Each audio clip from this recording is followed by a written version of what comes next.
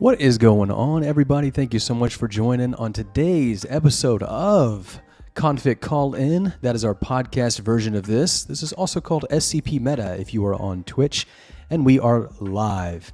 We've been doing the podcast for quite some time now, about at episode 20 or so. This is episode 3 of our SCP Meta version of the show, but you can always check the notes on Twitter to check out old episodes of the podcast. Alternatively, you can get onto our main website, conficmagazine.com, as you see here, and all the links that you could ever want are there as well.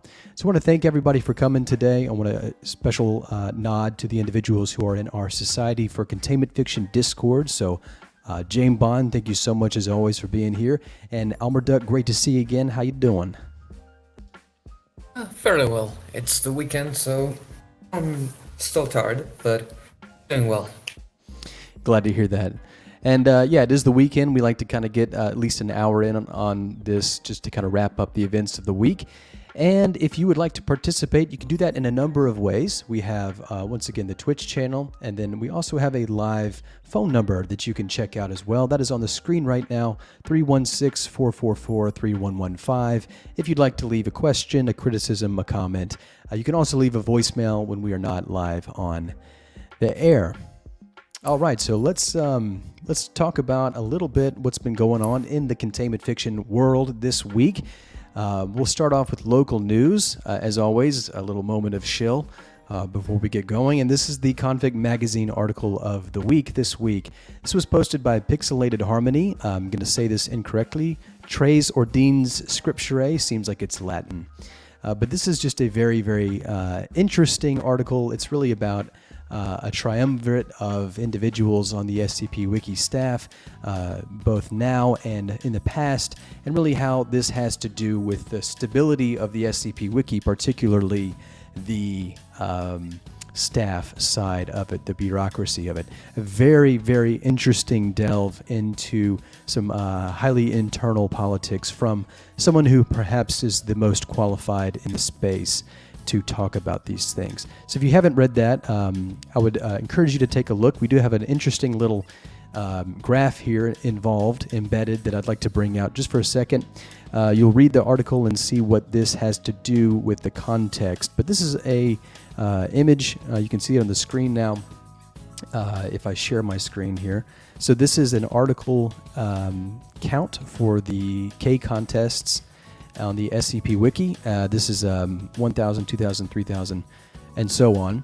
And the point was that we're seeing really a Cambrian explosion of CSS themes and customization when it comes to the visualization of confic articles, particularly at the SCP. So you can see the red is how it's a percentage, really it's a count of how many entries in a given KCon were custom CSS.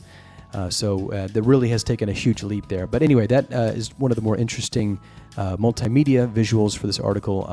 The rest, while not as visually tantalizing, equally as engaging, I think.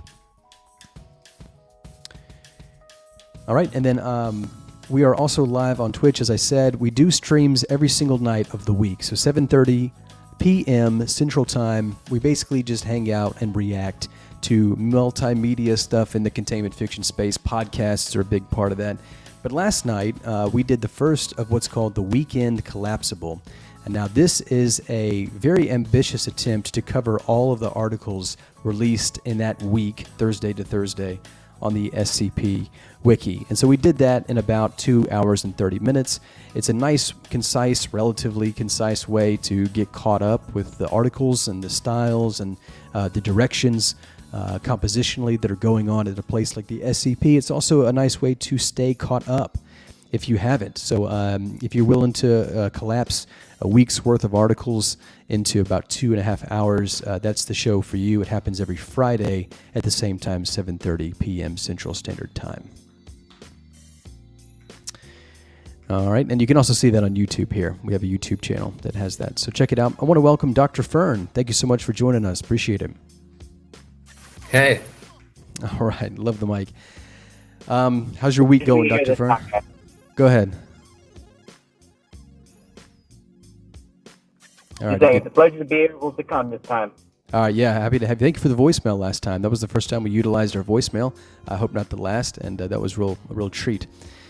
Okay, so let's move on to a little larger than just local news, of course. The reason for me covering every single SCP article of the week is so that I can pick one out for you and recommend one. I think the best quality, not necessarily rating-wise, although this one is up there for the week. This one is SCP-6697, and this is written by Dave U. Fool. Anybody who knows him understands that this is a reliable Confic author, usually puts out very high-quality material, and this is no exception. Just to give a little tease, this is a designation of video cassettes by a really suspect corporation that has a lot of typos, really sort of a bootleg vibe to this. And it goes into seasons of shows that don't really exist. And in this case, it's Seinfeld. So just a wonderful article, a wonderful character study. I think the best thing about this article is taking prepackaged characters from other people and then doing them justice, as opposed to just putting them as sort of buoyant forces for the popularity of your article. This article takes pre-existing characters and really elevates them, sort of acts as an exponent to them, as opposed to usually just being, the main pull. So excellent article. Kudos to Dave U. Fool. Be sure to check that out and form your own opinions on that one. All right, and then also we still have the horror contest going on at the Liminal Archives. This still has only 2 entries. Almerduk, what's going on there? What's the vibe? Take a temperature for us in that specific community regarding this contest. I haven't been very active there, but I feel like Liminal Archives has an issue with publishing things close to the deadline, like any small community really. People are very lazy until they have the deadline looming over them. It's just like school. There's nothing more motivating than than a deadline 3 hours away in the dark hours of the morning. There's a few drafts that I've read already and ideas for articles. It's just that there's still too much time to see any of them. Much time left to see any of them. Yeah. That's one thing I really love about Liminal and places like RPC. The pace is just so more luxurious to me. It's just so much more relaxed. Instead of like chugging a beer, which is what you have to do with SCP. These other ones sort of you can kind of nurse it like a drink and sip it slowly. So I do expect, as you say, these entries to shoot up in number just before the voting starts, and that's going to be next month. So we still have almost a month, really, maybe minus a week to get this going. So check that out if you are sort of a limfic author, as we say, liminal fiction.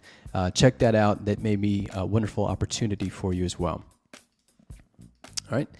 So, also in semi-local news, wanted to just take a moment to congratulate T. Rutherford, who is a author on the SCP Wiki, longtime author. Everybody knows who he is, I do believe.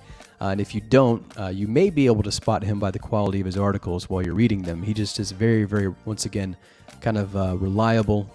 And I wanted to congratulate him. I think he's really seeing a all-time high of his stock, if you would say. Recently, he was on the winning team of the department contest at SCP, and he wrote a really great, probably I think the highest rated at least of those article entries, 6630. So congratulations. And then on top of that, this was interesting that happened, I think this week, if not this week, then maybe last week. His SCP-6001 just surpassed 1,000 upvotes. And sort of, I think is the second time in SCP Wiki history where the runner-up of a KCON actually, with time, outperforms the actual winner.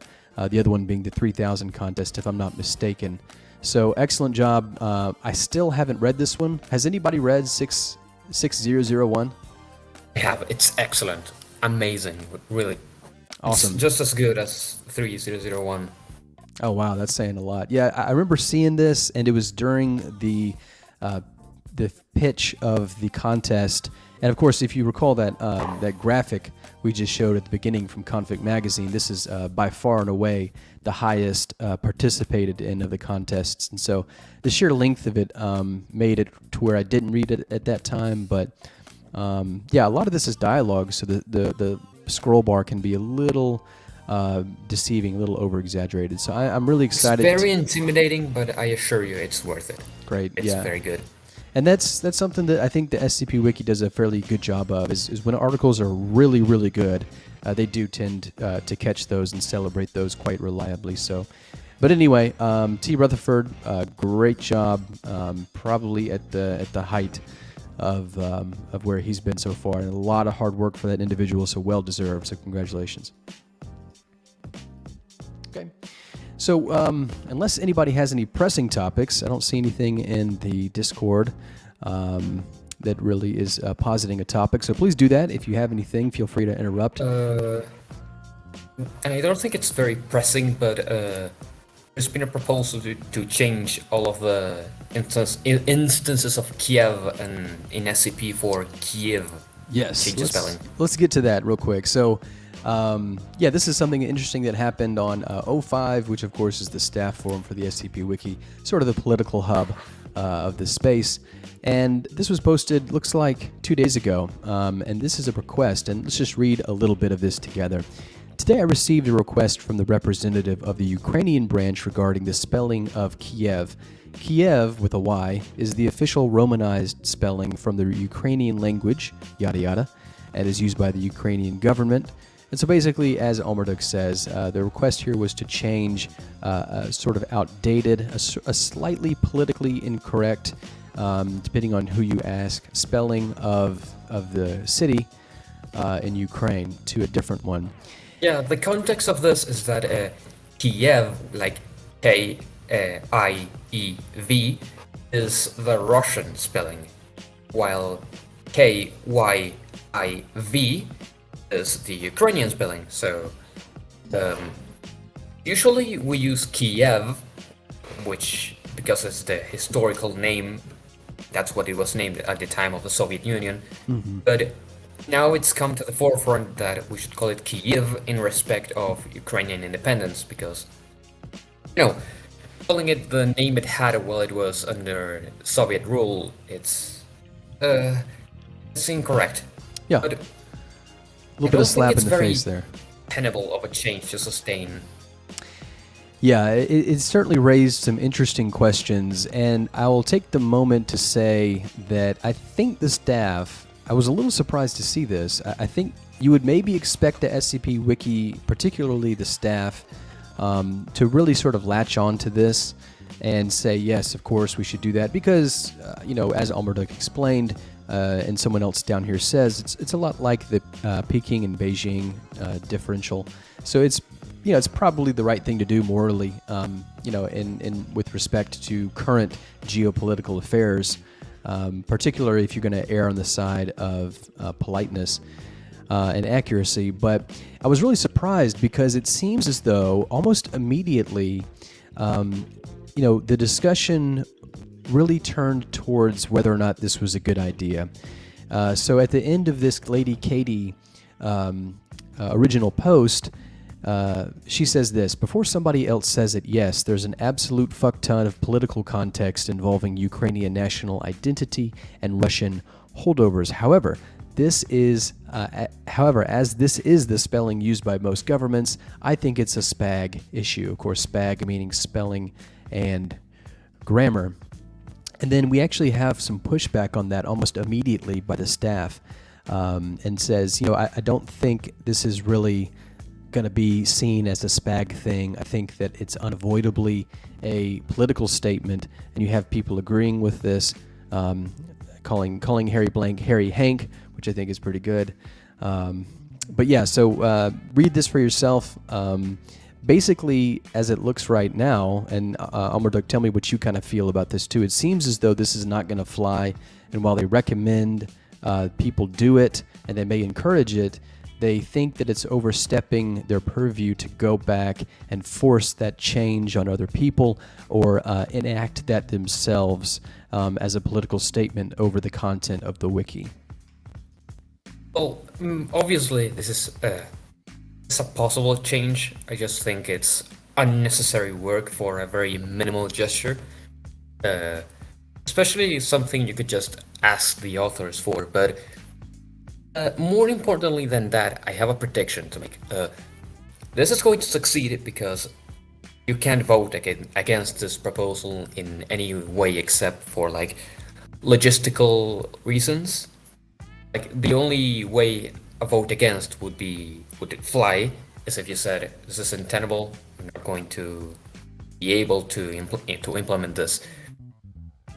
But we know it's possible. It's start with the licensing collapsible, with the CC images, with the WikiWalk module. So what's going to happen, I feel, is that there's going to be a push to change every mention in the site, which is going to last like a few months at most, and we're going to get a lot of I don't know if a lot, but a bunch of new articles that have some kind of feedback conflict because they have to change the spelling. Like, well, yeah, like it was a spelling change, and after that, people are going to forget. It's going to fade into obscurity. It's going to forget it was an important issue, and Right. inconsistencies are going to start again. Right. Yeah. It seems to be sort of a hot button issue, and that's the problem with obviously skirting so close just to topical, events like that. When it comes to policy, really, you should be setting things in stone for something like the O5. So, yeah. And then this is interesting, just to sort Also, of. it's not an incorrect spelling. Yeah, like, that's true. This That's makes true. sense if you write from a Russian perspective. If you write from like a Russian department or Russian person who's writing the document, they would write it as Kiev rather than Kiev.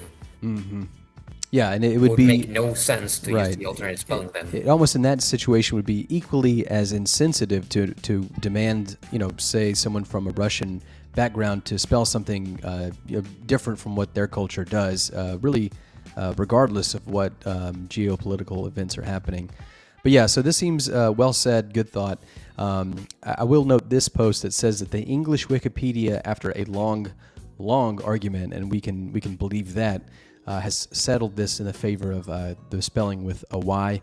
And usually the SCP Wiki is pretty reliably in lockstep with larger sort of tech presences and opinions such as Twitter's or YouTube's and Wikipedia's as well, for sure. So that may portend the change that Almerduk is talking about. Out of curiosity, I just searched basically a Google of the SCP Wiki because I wondered how many times Kiev really is mentioned.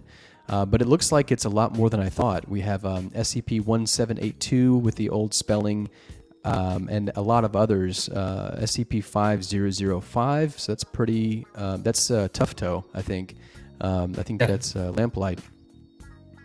So pretty recent Yeah, but stuff. I'm not sure if that's the same spelling. Like, there it says Kievan Republic, which could be anything else. Because yeah, you're right. the term Kievan, I understand, refers to the origin of Slavic culture because it's born in a city of Kiev. But you can say there's a term in Russia in Slavic spheres that is Kievan Rus, which I understand refers to the origin of Russian culture in the city of Kiev. So you say Kievan Republic, and that could mean Slavic Republic or Russian Republic, not necessarily the city Kiev. Huh. Yeah, and then as early as last year in July, almost a year ago, we have a recommendation to do it here. So yeah, that's a good word. That's very educational. Thank you. But yeah, so we'll see if people change it. It looks like there's a little more than I thought there were. So okay. Well, that's that. Almerduk, anything else to say about that? I am very worried that no one is pointing out the obvious issues with this proposal. I think someone will later on, but the fact that no one is proposing that this will be absolutely impossible to maintain in the long term Yeah, and It should be worth mentioning. I think maybe it's sort of, maybe it is. I think there's maybe sort of an expectation that this will be sort of decentralized and outsourced to the, to the, let's face it, highly politicized, highly partisan voting block of SCP. So, for example, this line, readers can downvote the usage of Kiev, and I'm fairly certain. I feel pretty certain at saying that this can reliably be noticed and sync an article in the future. Yeah, this is going to be like very intimidating. Think like being a newbie and being told change the spelling without any clear reason, and Right. when asking why or getting defensive, all you get is pushback. Or like posting your article and seeing people start downvoting it because it uses the incorrect spelling. That's a horrible sight. That's scary. Yeah, and then once again, from having gone through every single SCP this week, I can tell you that misspellings are just constant on the SCP Wiki. It's a shame and surprising to me that articles really fall through the cracks of what is supposed to be the highest bar set, really the Ivy League of online collaborative writing. So it would certainly stick out like a sore thumb. That was a phrase. If someone decided to downvote basically just due to the spelling, although I think we'll see it, I really do, and I think it's something to... Yeah, but the spelling of Kiev will not fall through the cracks. Exactly. Because it's a current day political issue. Absolutely. So for like at least a year, maybe, you're not going to see any of them. Yeah, I think a year is probably a safe prediction there. Anyway, so this is Sarastes who says this. We'll still see shitty wording in the description, but yes. We'll see the correct spelling in every single instance of the city. Yeah, be on the lookout for that. If we do come across any, I'll be watching. If we do come across any articles that totally fail just because of the spelling of Kiev, we will all give Almerduk maybe some upvotes or some emojis or a grand prize, something like that. All right, so yeah, that's certainly something that was on the docket today. We'll back out a little bit of politics now, change gears, get a little to the more social-esque things going on, because there was something very interesting released this week, really the 18th of April, and it seems to be a sort of investigative, sort of journalistic effort by a Site 42 SCP Foundation fan works on YouTube, and of course also on TikTok as well. Now this is the video that I have here. The thumbnail would have been a little better to put up here, honestly, but it's about the YouTube channel TheRubber, and TheRubber I think everybody probably knows about. It is basically an animation channel on YouTube. It has a tremendous amount of subscribers and really reliable viewership. For example, 1.8 million subscribers, and of course you can't tell if those are bots, but how you can sort of see whether or not at least someone's bot campaigns are very reliable is look at how many views the average video gets. So if it's just completely outsized, they have 1.8 million subscribers, and they have maybe very, very few views, we would maybe wonder if these were all bots and bot accounts. But these look, I would say, reasonably viewed. I think generally there's a 1 to 10 SCP ratio. channels are very notorious for having inconsistent views. Like, this is because a few SCPs are very famous and a lot of them are very unknown. So if you had something like SCP-5589, no one is going to watch that. But if you had SCP-096, everyone's going to watch that. Mm-hmm.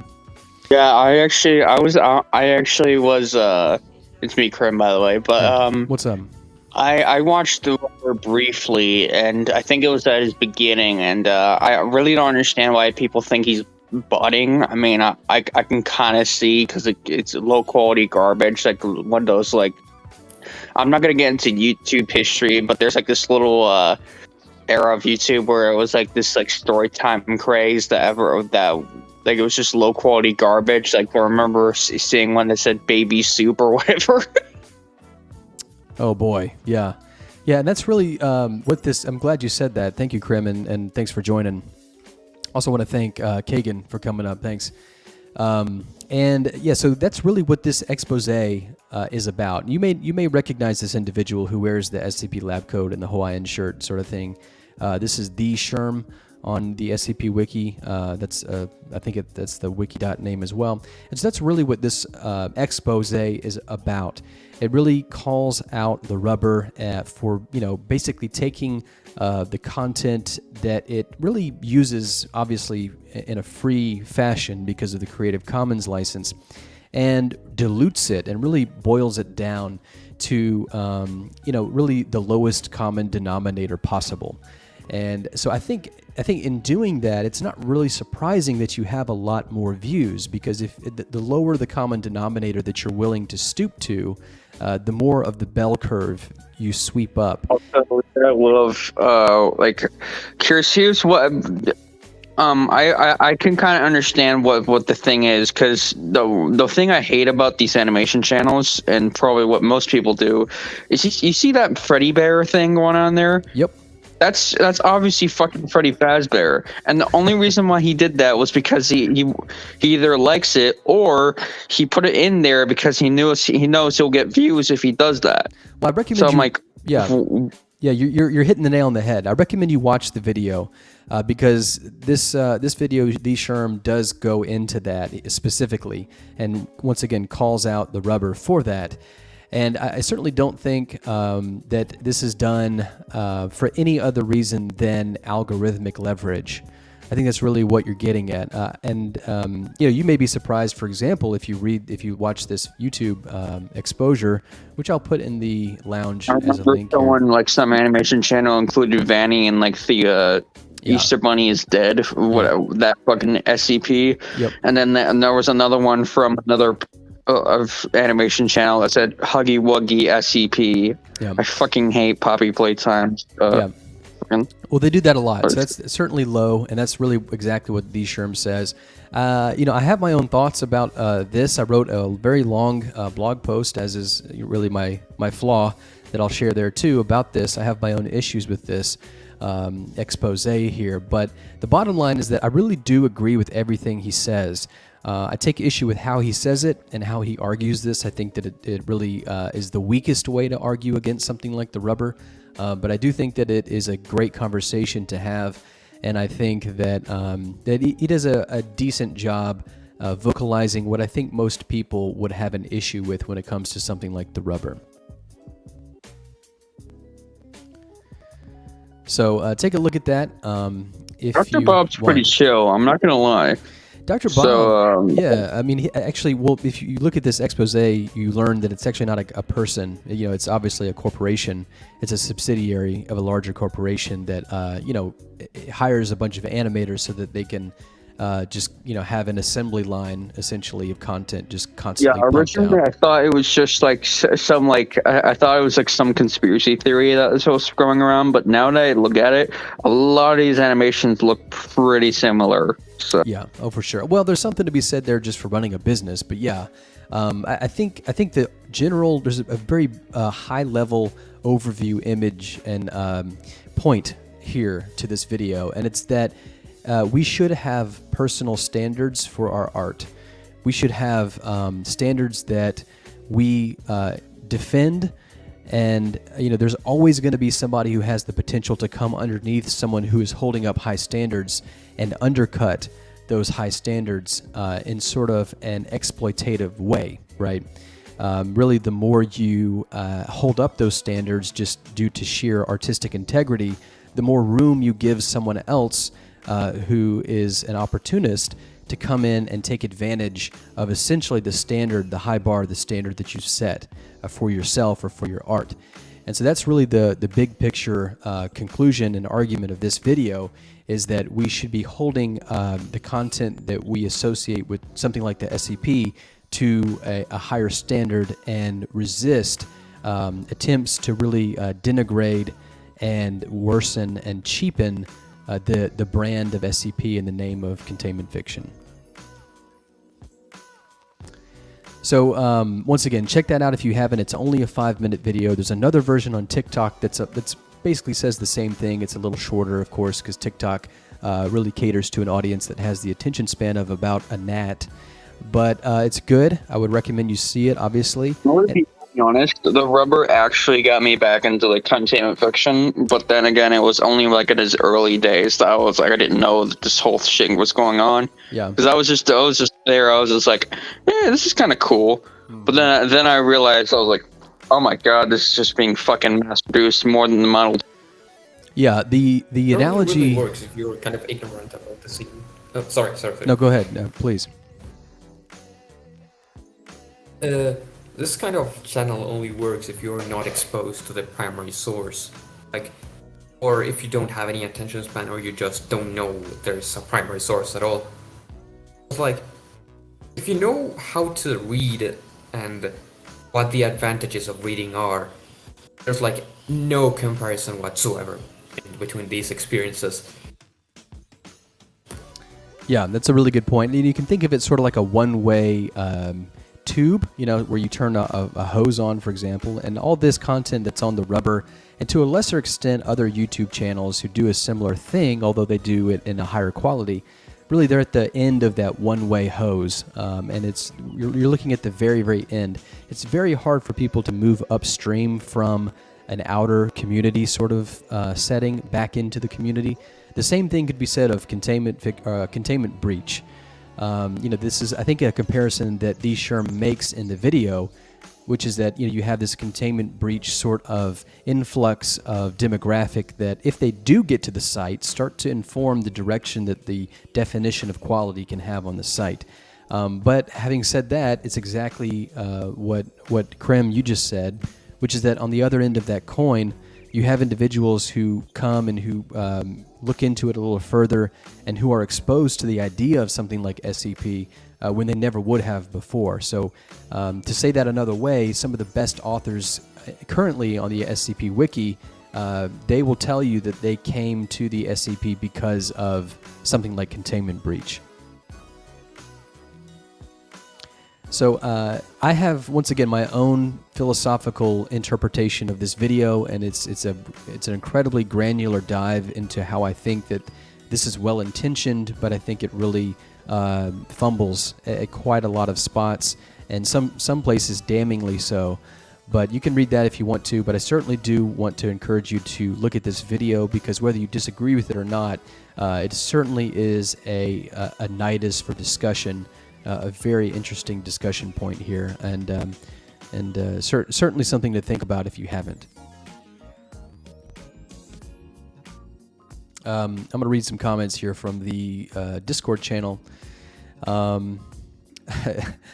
Kagan says, in regards to TheRubber, it's the audiobook demographic. And then Elmerduk says, not nearly as much loyalty to the source, so that analogy breaks down. And then, of course, they agree about that. I basically use a text-to-speech program to read SCP to me. I don't know what you're talking about, because it's fucking awesome. It's better than these animation channels, because at least you can imagine what it is. Mm-hmm. Yeah. It doesn't like look like some cheap-ass animation. Right. It really invites the reader to do most of the intellectual heavy lifting, or the creative heavy lifting. That's really the benefit of reading as opposed to consuming with the eyes, I think.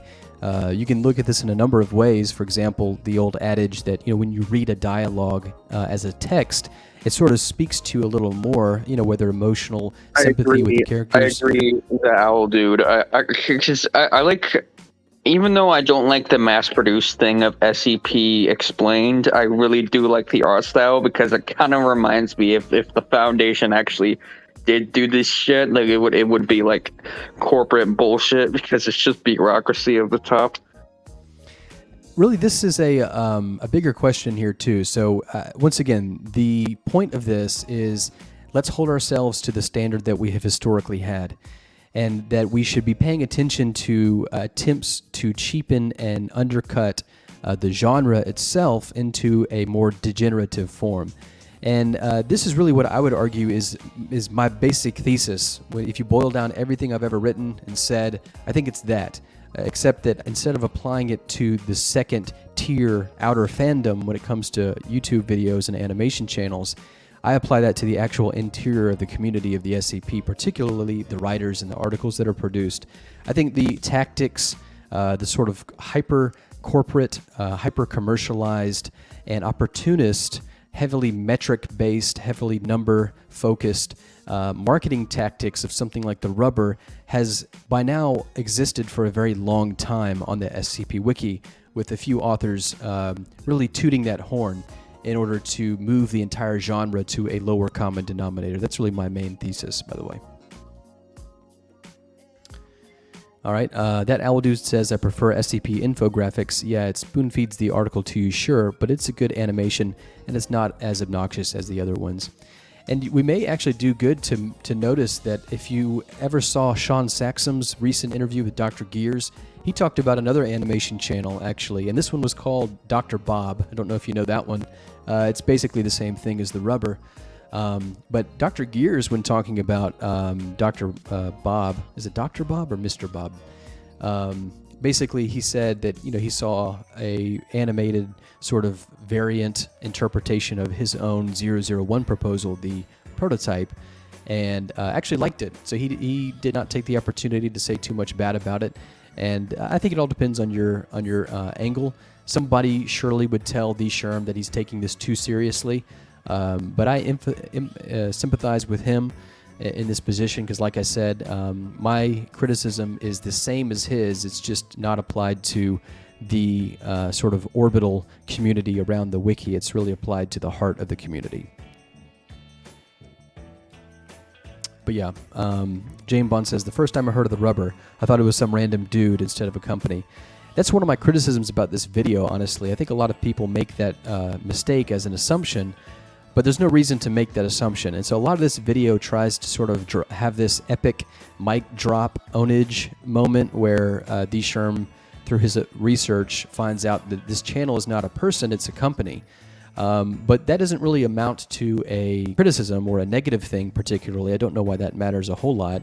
And so a lot of the video basically, unfortunately, ungracefully devolves into TheeSherm's own deconstruction of his assumptions. When we're left saying, okay, so I guess the question is, why did you assume that to begin with? Pixelated Harmony. It works anyway because the channel kind of relies on seeming like it's a person, seeming like it's someone who's more down to earth than a company.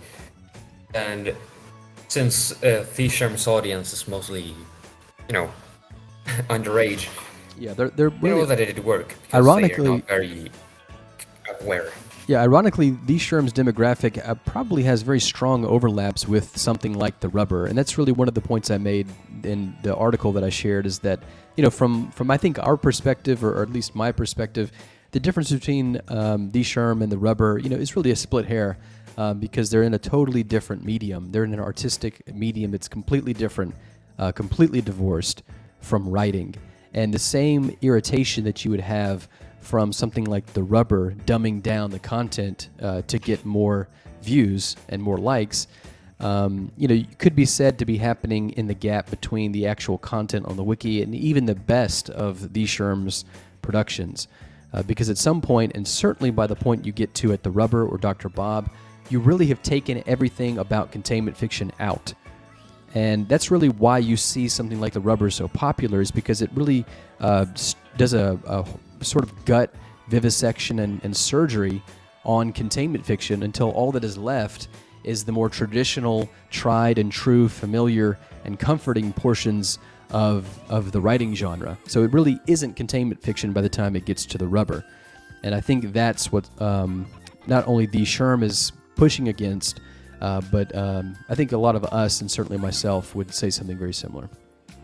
And then I want to thank Pixelated Harmony. Sort of silly because if you imagine if someone does this with like Lord of the Rings and they portrayed Frodo as like a traditional knight, a traditional hero from a medieval tale, like that's a fucking insult to the story. Absolutely. You can't simplify it like that. No. It's Yeah. ignoring the theme of the story. Yeah. Ignoring the entire point. And that if anyone did that, they would get fucking disemboweled immediately. And so once again, that's what TheeSherm is doing, and so that's great.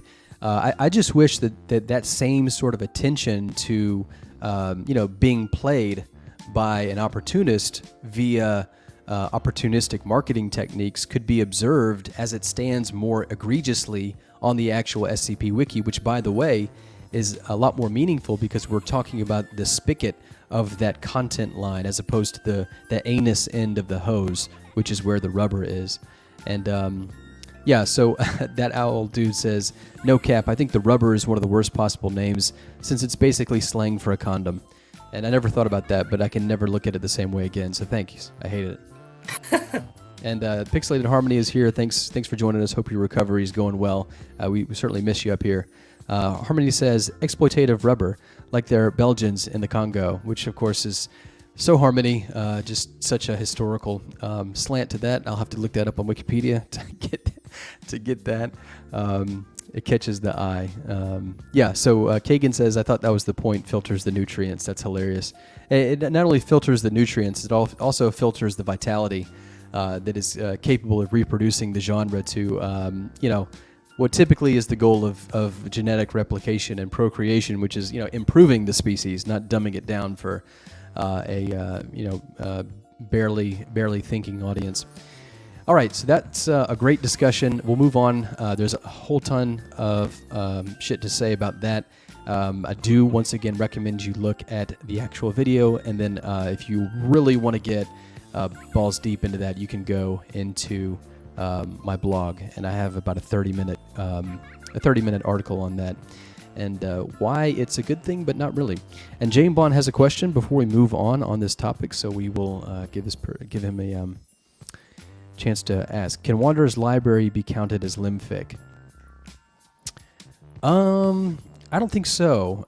Although, now that you mention it, the actual library seems to be somewhat of a liminal sort of vibe. What do y'all think? I don't think so, because Wanderer's Library as a site kind of includes everything. Yeah.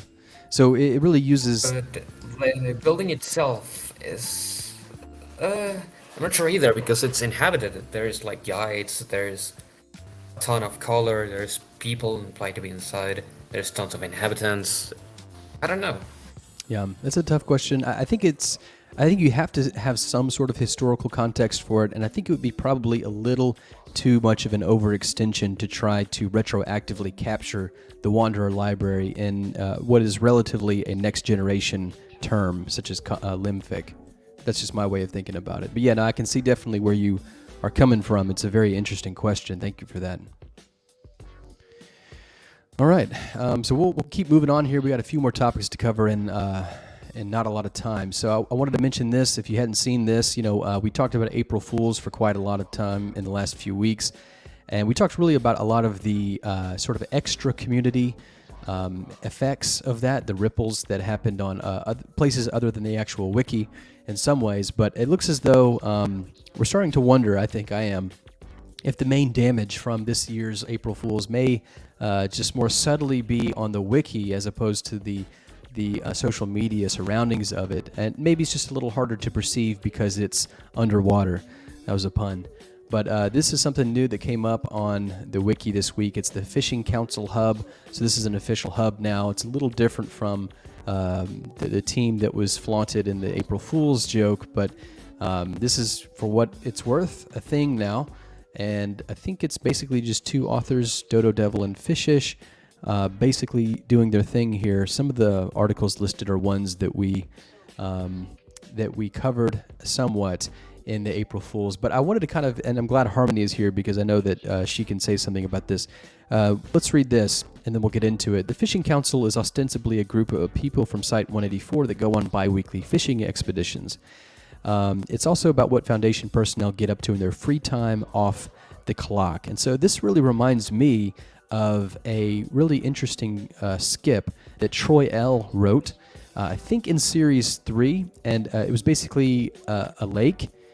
And if you read the article, it wasn't really anomalous, and the whole joke was that that's sort of like the in-universe Foundation personnel's way of saying, oh, I'm going to go be assigned to the lake, and you go to the lake, and it's actually just sort of a recreational retreat. And so this sort of has those vibes. It sort of reminds me of that, and I think this has been done before. I think we've just seen it fishified. So, yeah, for what it's worth, that's there. So, we will get onto the last leg of our show today. We're almost coming up on an hour-ish. And so I wanted to kind of take a moment to look at what O5 has been doing and kind of take this into a more political direction with political commentary here. So what's been going on in O5 last week? Well, something that I missed at the time, which I'm only now looking at, and I think is great. I was surprised to see that an April recap was released, because if you have been keeping up with this, they released the January one in late February, the 24th, and they really haven't released a recap for February or for March, and we're coming up on the end of April as well. So they're about 3 in debt at the moment. And so I was really interested to see that actually there is a one for April. It looks like they skipped a few months. But if you look closely, this was released on April 1st and actually is the April 1st recap. So we are going to look at this at some point during the week. Once again, I do nightly streams during the week on Twitch. And so we'll probably take one of those nights to just read through this together and react to it, because it's actually pretty freaking funny. For example, this topic, it's a parody of the recaps if you don't get it yet. Using SCP Wiki profits. After the monthly ad revenue payment comes in from Wikidot, site staff begin a conversation of how best to spend the meager $32 million. So there's another funny joke in here. Obviously we see the fish team come up. This is a funny joke. Topic: recap finishes ahead of schedule. So I thought that was pretty good. Good humor, good self-poking humor, and I'm excited to read this. So we'll do this one day this week on the Twitch. But just wanted to show you that if you haven't seen it, that's why that's there. In other news, more relevant news, there actually hasn't been a recap update since January. And we'll get to that in just a second, I do think. But before we get to that, a few smaller things to bite. One was released a couple days ago, 3 days ago. This is a recruitment thread for the forum criticism team. Now, this is basically the Butterfly Squad, for anybody who knows what that is. That's the squad on the staff of the SCP who basically are responsible for reacting to posts made in the brainstorm forums, or the draft forums. And so I just wanted to throw this up here too, because I think this is the heart of the site. I really do. I think it says quite a lot that the staff is most strained with respect to personnel at the forum criticism role for a site that is a writing site. It seems as though most of the staff is too busy doing other things besides really what the site should be about, which is helping people write and helping people contribute who are looking to. So there is a link right here. I'll put this in the form, put this in the chat, so that if you're interested perhaps in signing up for that, I would recommend that. It's not a glamorous job. It's very difficult, hence why they don't have enough help. Yeah, this has always been an issue, especially because it's very unrewarding to do it. Like, you basically just don't get anything. If you don't love criticism, it's going to be a fucking slog. Like, it's like a 9 to 5, except you don't get paid. Yeah, and it's not surprising at all that people don't want to do it.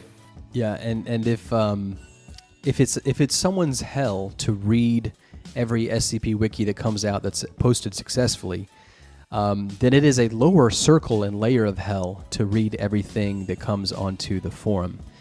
So this is really, I think, a place that it's difficult to get into, but if you can do it, it's very rewarding. Kudos to you for even being there, and kudos to however long you can handle it and stay participatory in that. But I do think it's very important, and I unfortunately think it's a neglected part of the site. And I think that is its own commentary about the culture of that. Obviously, the high number of people who are coming in and trying to contribute really almost splits the seams of what is reasonably doable. But I would hope to see basically a site as it grows with popularity have its forum, its critique, and also its standards sort of scale with that popularity to keep it in a healthy state and keep the product at a high level. Unfortunately, that's not what we see, and this is just one manifestation of that. But yeah, Elmer Dirk is right. They've tried to do this so many times. If you go to the front page, we talked about this a few weeks ago. If you go to the front page of the foundation, they still have this up here, and it's basically they don't have it up right now because they just had a contest, but basically there's a critter's choice. So it's really an incentive to do a lot of crits so that you can get your own article up here. Usually it's people doing their own article as publicity, and of course RPC has something very, very similar to that. I think correct me if I'm wrong, but I think they did that before the SCP did. I certainly think they did it more effectively, where they have the critics corner on the front page, and look who it is this week, picking RPC 470. But yeah, so this is a wonderful way to incentivize people to crit. You basically collect crit points for every crit that you do. And if you win, you get to pick an article. So obviously that's easier to do when you have less coming in. But anyway, the point still stands that SCP is just perpetually and woefully in need of help when it comes to what nominally the site is about, for better or for worse. All right, and the next topic here that's interesting is that this is a fiat declaration by the one, the only, Mr. CEO of the SCP Wiki, and our commanding officer with a star next to his wiki.karma, which is not all the way up, by the way. And this is about age records. So let's read this for a second, in case you haven't seen this. There's really no other way to put it than the words that are already here. So this says, it's come up that various staff procedures over the years have involved stories users' age information, including in publicly accessible places. Due to the seriousness of this, I am enacting fiat to start fixing the problem immediately. All pages that currently house such information are to be summarily deleted, and applications to the site will be frozen until staff determine the best path forward. Yeah, so that's not going to go well. No. Why do you think that? Tell us. Do you know how many applications they get, like, in a single day? There's a lot of them. There's a shit ton of applications. Yep. Too many. Freezing them is a very poor idea. Yeah. And they've done this before. They enacted a freeze, obviously, in the 2018 June logo controversy. I wonder how long this will go on. Obviously, I haven't tried to apply to the site. I do wonder if it's still going on. But I think, obviously this was commented upon by a lot of people in the space, certainly in our Discord server and elsewhere. But this is just a very, very bad look. Of course, this is a staff who have been, politically embattled with concerns regarding their underage users and inappropriate behavior. And so this, I'm glad it was caught, and this is obviously the right thing to do. And kudos to the staff, kudos to Dr. Everett Mann for, owning up to this and taking the potential PR hit and making this a public statement in order to get this corrected. So, it's a silver lining to this, but hopefully this is fixed quite quickly, because yikes. Yeah, I'm glad they have finally addressed this. It's been an issue that's been under the radar for a decade now. Yeah, and I honestly never really thought about it. I'll be the first to say, because I knew that they kept people's, underage people's ages, for the purposes of record keeping, and so they can know when they should be able to be allowed into the site. But for what it's worth, I never really put two and two together, and so whoever, apparently Dr. Everett Mann didn't, and most other people didn't either. So kudos to whoever brought it up to staff attention that this was probably something to look at. That's pretty good. Pretty good thinking there. All right, and then on that note, really the next link down in the causal chain is the sort of readdressing of the application process. So this was kind of an interesting post because if you don't know, the SCP Wiki has probably the most Byzantine set of loops. It's almost like, those, when you see a dog show, an athletic dog show where they jump through all the hoops and they whiz through all the vertical poles and whatnot. That's kind of what it was like trying to get writing on the SCP Wiki, because in order to write, you have to have a sandbox. And in order to have a sandbox, you have to, do a bunch of stuff. And that's what they're talking about. You have to join the IRC, you have to verify your account in IRC. Yeah. You have to give your site account, you have to give your age. Right. To give your email. Right. Then you have to submit an application which can take upward to 3 or 4 days. Not to mention the actual application process, which requires you to read a lot of stuff to make a Wikidot account. It's a massive process. Yeah, and it's a shame because I understand you have to gatekeep a little bit for your community, but I mean, all this really boils down to making it that much harder for people to actually write. I mean, I wouldn't blame anybody who's a decent writer who's hoping to get into this, hit this massive wall, of this bureaucracy when they get in and just decide that it's not worth it. But in addition to that, just as Almerduk says, you have to literally go into, as they have it set up now, the IRC to get permission or a password to get into the sandbox, and that's a giant issue that not a lot of people, not at least outside the immediate sphere of the community, know about. Which is that if you do so much as go into the IRC, there are individuals there who have proven themselves to be sort of the mismanaging type with private sensitive information, who will be able to instantly see things like your email address and your IP address. So that's just a really shitty system to have set up, where you basically require people to be silently doxxed without the knowledge or consent of doing that in order to participate on their site in a writing manner. So I was very, very happy to see this come up. Kudos to Optimistic Lucio, who is one of the staff members that I typically try to cheerlead. I'm a pretty big fan of their work on 05. So kudos, and I'm happy that they are going to be revisiting this in the same motion as the previous thread about keeping record of underage individuals' sensitive details.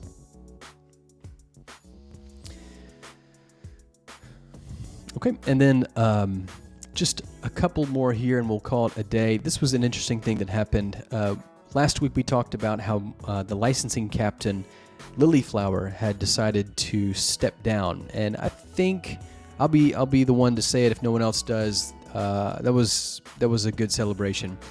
Certainly a good thing. I think that was a great thing for the wiki. I don't think that Lilyflower is a very good individual to have any sort of power whatsoever.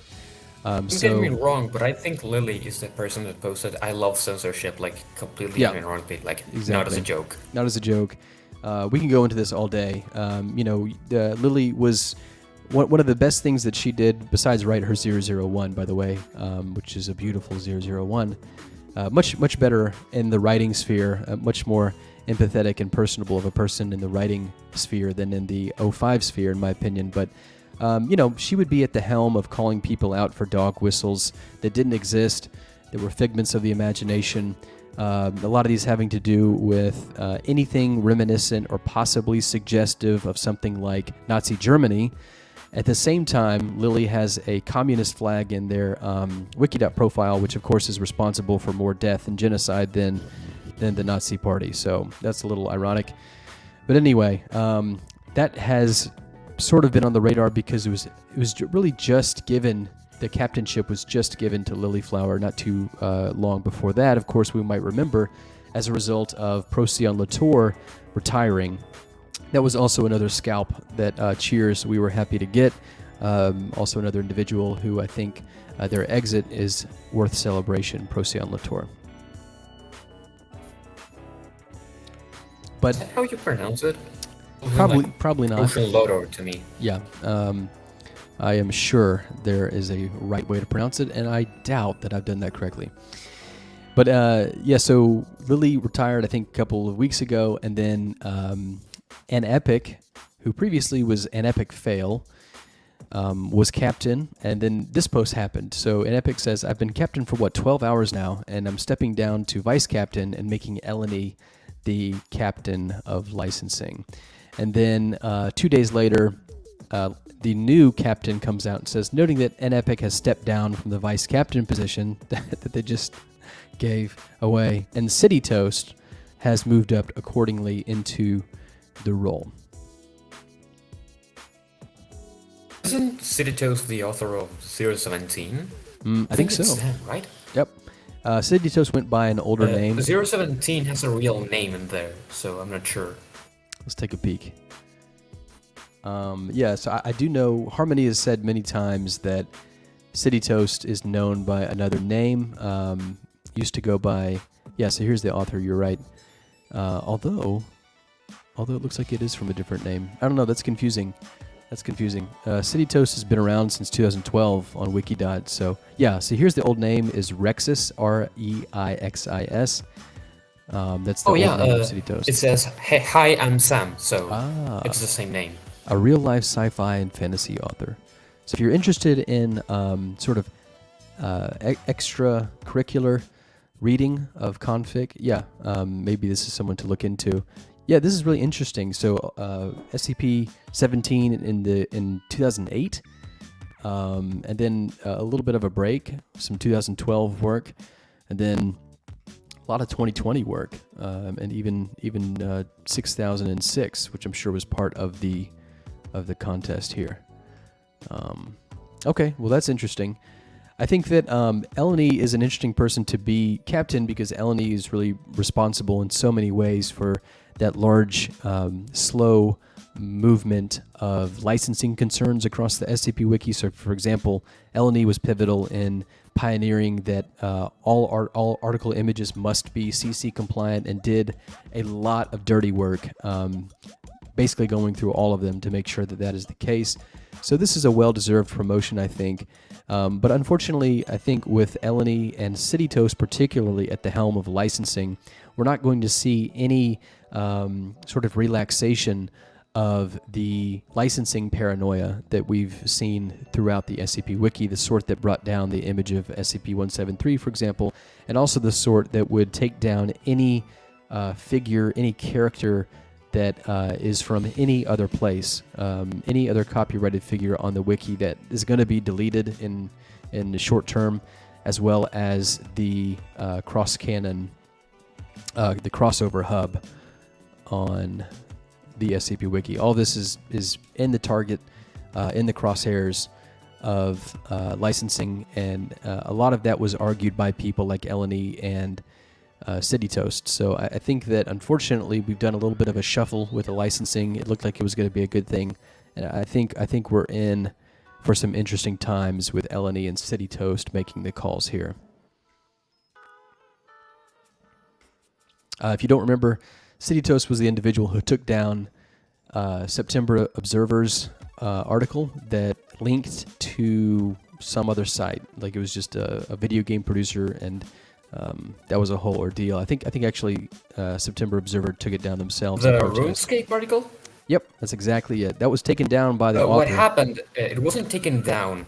It was very slowly over time edited to remove references to RuneScape, and when they removed the images, which were like the entire point of the article, like screenshots, edited screenshots from the game, the server just gave up and deleted the entire thing. Exactly. And so that article is still up on Observer September's project, which is sort of an SCP archive, and I think we also have a article on that on the actual SCP, the Confic Wiki. So here it is. It is the let's see, the SCP-3085 deletion incident, and actually Observer September wrote to Harmony and said, licensing team are a bunch of stinky poo-poo heads. Feel free to share this. And so we have a little article on this. But that's basically what happened. And as you can see in the article, it was City Toast, aka Rexis, who really was pushing that the whole time, and essentially got a little too carried away with licensing paranoia. But anyway, so we'll see how that works out. So we're about at an hour, so I was going to use any extra time to kind of, just sort of browse through the January recaps in places that we haven't gotten to. But of course, they've given us quite a lot of time to do that in because we haven't had a new recap in a few months. So we'll table that and maybe do that one night this week, a weekday night at 7:30 p.m. Central for reactions. And instead, we'll end on just some interesting takes from the SCP Twitter sphere. I do not recommend going there, and that's why I have this in the show, is let me do the dirty work for you and bring you all the good content while preventing you from getting any textually communicable diseases that are rampant in the SCP Twitter sphere. But this is a good take by Rounderhouse, who once again is a very reliably satisfying and cathartic individual when it comes to their O5 work. One of the only individuals who I like to champion and cheerlead when it comes to their O5 work. One of the only individuals holding anybody's feet to the fire when it comes to something like the long belated and promised censure of people like Dexanode and Dr. Everett Mann.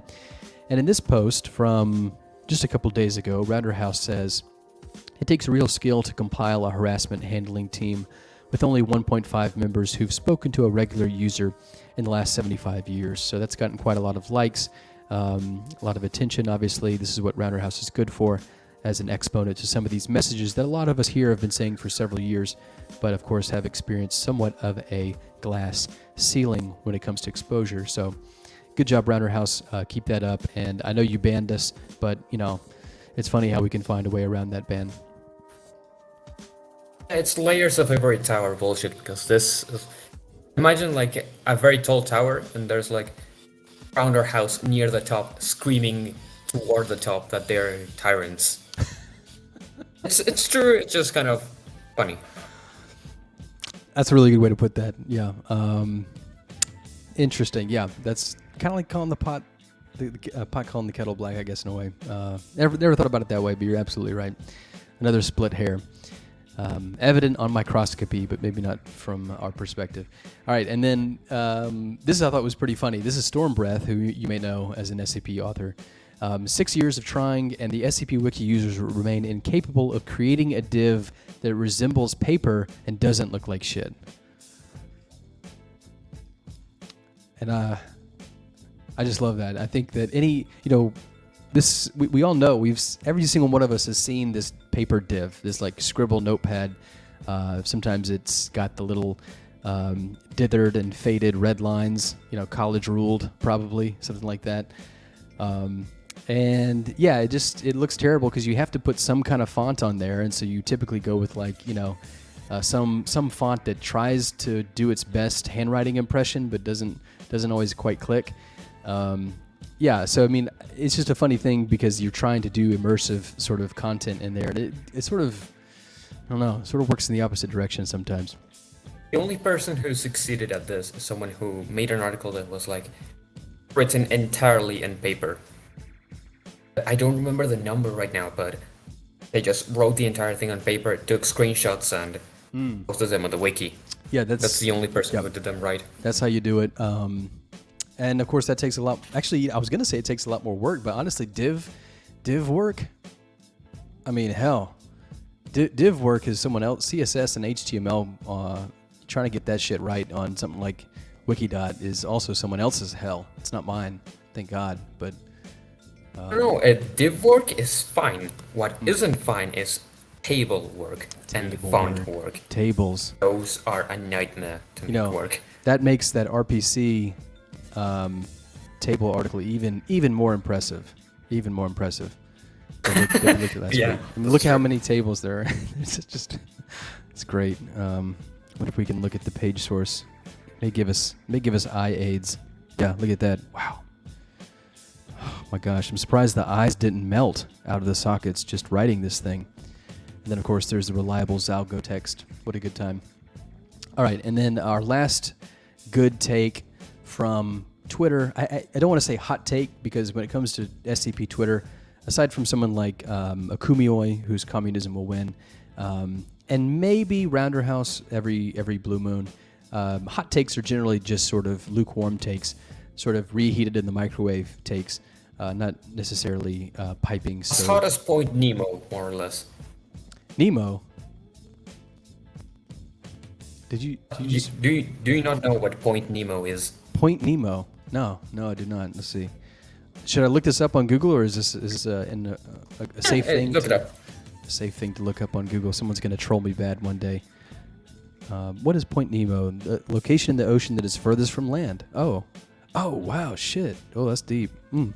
The Pole of Inaccessibility, also known as. Damn. Wow. So this. Yeah, this so it's has very to- fucking cold. it has to. This has to have entered into containment fiction at some point, right? I mean, it just screams it. Yeah, it has to be something. I haven't found anything, but there really has to be. Oh man, I love this shit. I love wiki.diving and stuff like this. Cool. Thanks. No, didn't know about that. Okay, so the last take from Twitter is Tufto, who obviously I think everybody here respects as a writer. And I respect even more because while they do have a Twitter, they are they're not really active on it, so that's a plus in my book. Good job, you're doing something right. But this tweet from really the end of March, almost a month ago, says all modern SCP discourse just seems to be someone saying a mildly eye-rolling take about other SCP authors, smugly subtweeting them to talk about how terrible the first group of SCP authors are and how bad their take indicates something deeply wrong with the community. And, this hits home, doesn't it? That's basically all we do here. So it's good to laugh at yourself and have some perspective. But as he says, a lot of this is subtweeting, so it really happens a lot on the Twitter sphere. I wanted to mention this. Current authors taking themselves and the wiki too seriously. This is sort of a Janus situation, Janus thing, where one side of the mouth and the other side of the mouth, because people who say this will at the same time be very proud of their accomplishments on the SCP Wiki, listed themselves in their Twitter profiles as a top 110 author or something like that. And so, I think taking something seriously is not necessarily a bad thing. And I think there are a lot of worse things you could take seriously than something like containment fiction, which unfortunately is still in the grips of a demographic, that's on the younger side of things. That's not a terrible thing, but if it is moving like TheRubber is into a lower common denominator demographic, it would be good to start taking it seriously. Because if you don't do something like what TheeSherm has done this week on their video, there's no resistive force, and that's what being serious about something is good for. So I think there's people enough. take everything seriously, except the actual writing. Yeah, Everything else is completely serious, like So dead true. serious. So true. Mystery drama is very serious. 05 drama is serious. Whatever fucking dogshit hot take is very serious. Whatever new CSS ruling or new admonition article, that's very serious. But writing itself is kind of a joke. Yeah, and on that note, once again, I did read every article this week, and you can watch that along with me on the YouTube channel or on this Twitch channel every Friday night. But I saw one comment actually on an article that I think is actually failing right now. It was doing well at about +12, and now I think it's about down to -3 after some discussion has taken place. But the issue was that the article actually didn't feature an anomaly at all. It was about a house that wasn't really anomalous, and there were some weird things going on in the house for sure. But there was no identifiable anomaly actually at all. And so when this was mentioned in the comments, somebody responded and said, hey, don't take it so seriously, let people have their fun. Which is, as Almerduk says, sort of the opposite. It's sort of an inversion. I think we should be taking the writing seriously and everything else not as seriously. So the drama, the upvote count, the accolades, the spillover of followers into your Twitter, if you want to milk the SCP Wiki for that kind of thing. Those are the stuffs that we should not be taking seriously. The authors It's kind on of weird because there seems like there's no middle point to that. Like, you get two kinds of people. There is the kind of people that says like downvoted because the object class is wrong, and the kind of person that doesn't care if it's like not anomalous at all because it's like entertaining to read it. Yeah. There's those two extremes. Either cares way too fucking much about these specifics and doesn't care at all if they're entertained. Yeah. And once again, we're back to the discussion with TheRubber and TheeSherm. You know, one obviously favors, kind of pointing a middle finger to the format, to the genre, to the writing side of things in favor of increased exposure, increased engagement, increased quantitative metrics like numbers and viewers and upvotes and whatever. So yeah, I completely agree, and I think that's the one thing we should be taking very seriously is the writing. In fact, if you're writing on the SCP Wiki and you're not taking your writing seriously, I wonder what you're doing there. And in fact, I think that most people, this author who made this statement included, I would, if you pressed them and they didn't realize they were speaking out against their own rhetoric here, I think that they would agree that they take their writing pretty seriously. Yeah, by seriously, it doesn't necessarily mean like do not do comedy, do not have fun. Right. It means like respect the writing, have Respect the respect for genre. what you're writing. Exactly. Even if you're doing comedy, even if you're doing satire, you have to have respect for what you're writing. That's maybe a better word than seriously. And so we're back to what TheRubber is all about. So the analogy that I give in my blog post is, there's this image of basically in the wild where you have a predator like a tiger that is a ton, and a little piglet babe that is 10 pounds, and there's always going to be this predatory opportunity to swoop in and exploit and take advantage of something that either is weaker in regards to brute force, or is the product of something else's love and care and rearing for quite a long time. It's very easy to destroy that in a very short amount of time. So I think at some point, you need to have critical voices. You need to have a counterbalance. This is what I would call third wave of containment fiction that tries to sort of rein in a lot of the errant directions that people are trying to take the genre in, and losing its identity, I think, in doing so. Because if you don't take it seriously, if you just want to let everybody have their fun, you shouldn't be posting on the wiki. You should be posting on your own blog, where that's your world. Instead of submitting it to the marketplace of opinion and free speech. So at some point you break the concept, and like TheRubber may have done with animated videos or derivative variations and translations of the content. So let's just all apply that to the actual writing. So TheeSherm, that's great that you're doing that, but let's take the writing seriously too.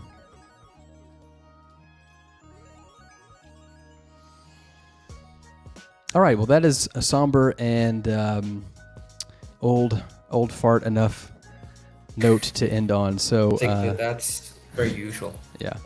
All right, so Jane Bond has one other comment. I don't think I asked before, but what are your thoughts on AEP, both as a config site and as an RP wiki GOI or anomaly of interest? I don't know enough about it to tell you. I barely even know what that acronym stands for, to be honest with you. I'm a little ashamed to say. Almerduk, would you like to step in and help me just for a second? It's a long story. You can't really talk about AEP without going into historical context.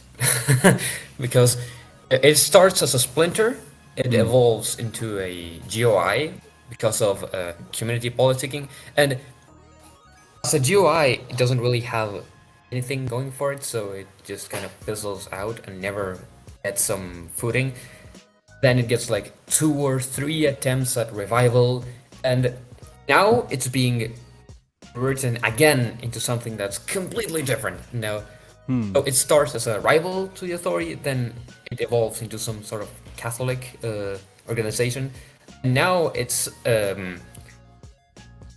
like the Vatican AOI, Agency of Interest. Yeah, and I recall this Lich Pope. That was the winner of a contest that happened to RPC, I think, last year. All right, Kagan, thanks for showing up. I appreciate it. I think, if I'm not mistaken, this 009, RPC 009, obviously getting the spot because it won. I think this was the first entry in this hub. I do remember the author positing this to the draft forums shortly after that Lich Pope article. So, Oh yeah, yeah, go ahead. yeah. What they tried to do with the Lich Pope was like redo AEP because they like the roots and they like the community history. But it just has gone way too far to like define what you think about AEP overall. You have to ask like individual stages of evolution. Interesting. I don't even know, what does it stand for exactly? I'm trying to look at the hub here. The association... Association for Ecclesiastical Primacy. Oh, That's wait. not what it always meant. Originally, it was like acquire, enclose, protect, something like that. Oh, nice, nice. Okay, well, cool. Thank you for the educational session. Thanks for the question, Jane Bond. Maybe I'll look into this and get a little more educated on this. But all right, well, thank you all very, very much. Here is an image of the AEP from Jane Bond. Looks like this is when it was its own Wikidot at some point, huh? Right there. Okay, well, very interesting to learn about that. Thank you. All right, and that's about going to do it for today. So thank you all very, very much for participating. Obviously, the show is what it is because of y'all's participation and help. Otherwise, it would just be a monologue, which is no bueno. So, Almerduk, thank you for joining. Jane Bond, that owl dude, Kagan, who is here as well. Dr. Fern came by. Appreciate that. Harmony, thanks for dropping in as well. And thank you, everybody, for your comments and your questions. And if you're watching this ex post facto, be sure to tune in next week, same time, for a next episode of SCP Meta. And check out the Twitch. We're doing something most every night. All right. Hey, this is SCP-CRNP, a.k.a. Lack of Lepers. It's been a great time, and y'all have a fantastic weekend. Thank you for joining. See ya. Bye.